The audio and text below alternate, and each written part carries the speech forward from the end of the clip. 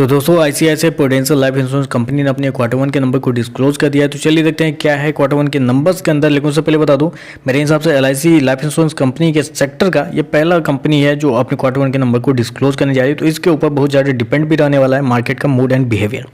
चलिए डाटा देख लेते हैं। डाटा लाख्स में दिया हुआ है, मैं आपको क्रोस में कन्वर्ट करके समझाऊंगा। थोड़ा गौर से देखिएगा क्योंकि लाइफ इंश्योरेंस कंपनी के जो डाटा होते हैं थोड़े कॉम्प्लेक्स होते हैं, तो थोड़ा अच्छे से मैं समझाने की कोशिश करता हूँ, थोड़ा गौर से देखिएगा। पिछले क्वार्टर की बात करें तो पिछले क्वार्टर में कंपनी का जो टोटल इनकम जो है वो तो आपको लॉस में या ये में दिख रहा है। प्रीमियम में समझाता हूँ। पिछले क्वार्टर की बात करें तो पिछले क्वार्टर में 11,499 करोड़ का कंपनी ने टोटल इनकम जनरेट किया था। पिछले साल 1461 करोड़ के आसपास का कंपनी को लॉस था, जबकि इस क्वार्टर में देखें तो इस क्वार्टर में कंपनी का जो टोटल इनकम जो है वो 23,541 करोड़ के आसपास। ये लॉस में कैसे इनकम चल जाता है, क्योंकि इन्वेस्टमेंट जो कंपनी की रहती है तो उसमें कंपनी को अच्छा खासा लॉस हो जाता है, जिसकी वजह से कंपनी का जो रेवेन्यू है वो लॉस में चला जाता है। तो ओवरऑल देखें तो कंपनी का जो रेवेन्यू नेट रेवेन्यू जो है वो साल दर साल क्वार्टर क्वार्टर बहुत लार्ज स्केल पर बढ़ता हुआ देखने को मिला है। लेकिन थोड़ी सी प्रॉब्लम यहाँ पर निकल के आ रही है कि जब हम कंपनी के मेन इनकम की ओर जाते हैं, जो कि होता है कंपनी का नेट प्रीमियम इनकम।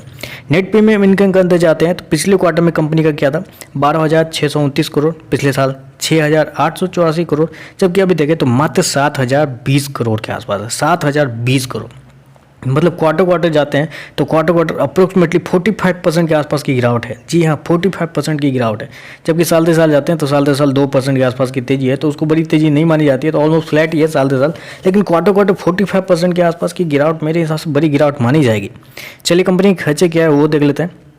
पिछले क्वार्टर की बात करें तो पिछले क्वार्टर में कंपनी के खर्चे अप्रोक्सीमेटली 10,640 करोड़ था। पिछले साल कंपनी खर्चे भी लॉस में ही है, क्योंकि इन्वेस्टमेंट ही लॉस में है, तो खर्चे भी लॉस में ही है 1,856 करोड़। जबकि इस क्वार्टर में कंपनी खर्चे 23,340 करोड़ के आसपास है। चलिए कंपनी का नेट प्रॉफिट क्या निकल के आता है वो देख लेते हैं।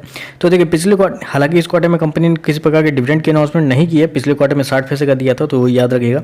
तो कंपनी का जो ओवरऑल जो प्रॉफिट नेट प्रॉफिट जो बन के आता है वो देख लेते हैं। पिछले क्वार्टर की बात करते हैं, पिछले क्वार्टर में कंपनी का प्रॉफिट अप्रोक्सीमेटली 235 करोड़ के आसपास था। पिछले साल 156 करोड़, अभी देखें तो 206 करोड़ के आसपास आ चुका है। तो कंपनी का जो प्रॉफिट है वो आपको गिरता हुआ देखने को मिला है क्वार्टर क्वार्टर। लेकिन साल दर साल देखें तो साल दर साल एक अच्छी खासी तेजी भी आपको देखने को मिली।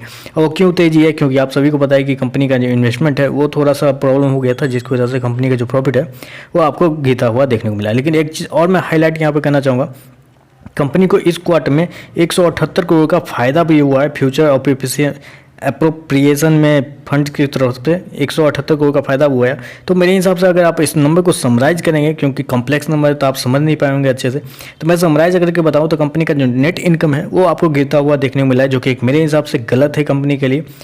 साल दर साल नेट इनकम फ्लैट है, तो वो भी ओवरऑल कुछ खास है नहीं, और कंपनी का जो प्रॉफिट है वो भी गिरता ही हुआ देखने को मिला है। तो ओवरऑल देखें तो मेरे हिसाब से जो नंबर है थोड़े से कमजोर जाते हुए देखने को मिलते हैं। बाद की देखते हैं मार्केट कैसे रेट करेगा, लेकिन मेरे हिसाब से थोड़े से कमजोर नंबर देखने को मिल रहे हैं।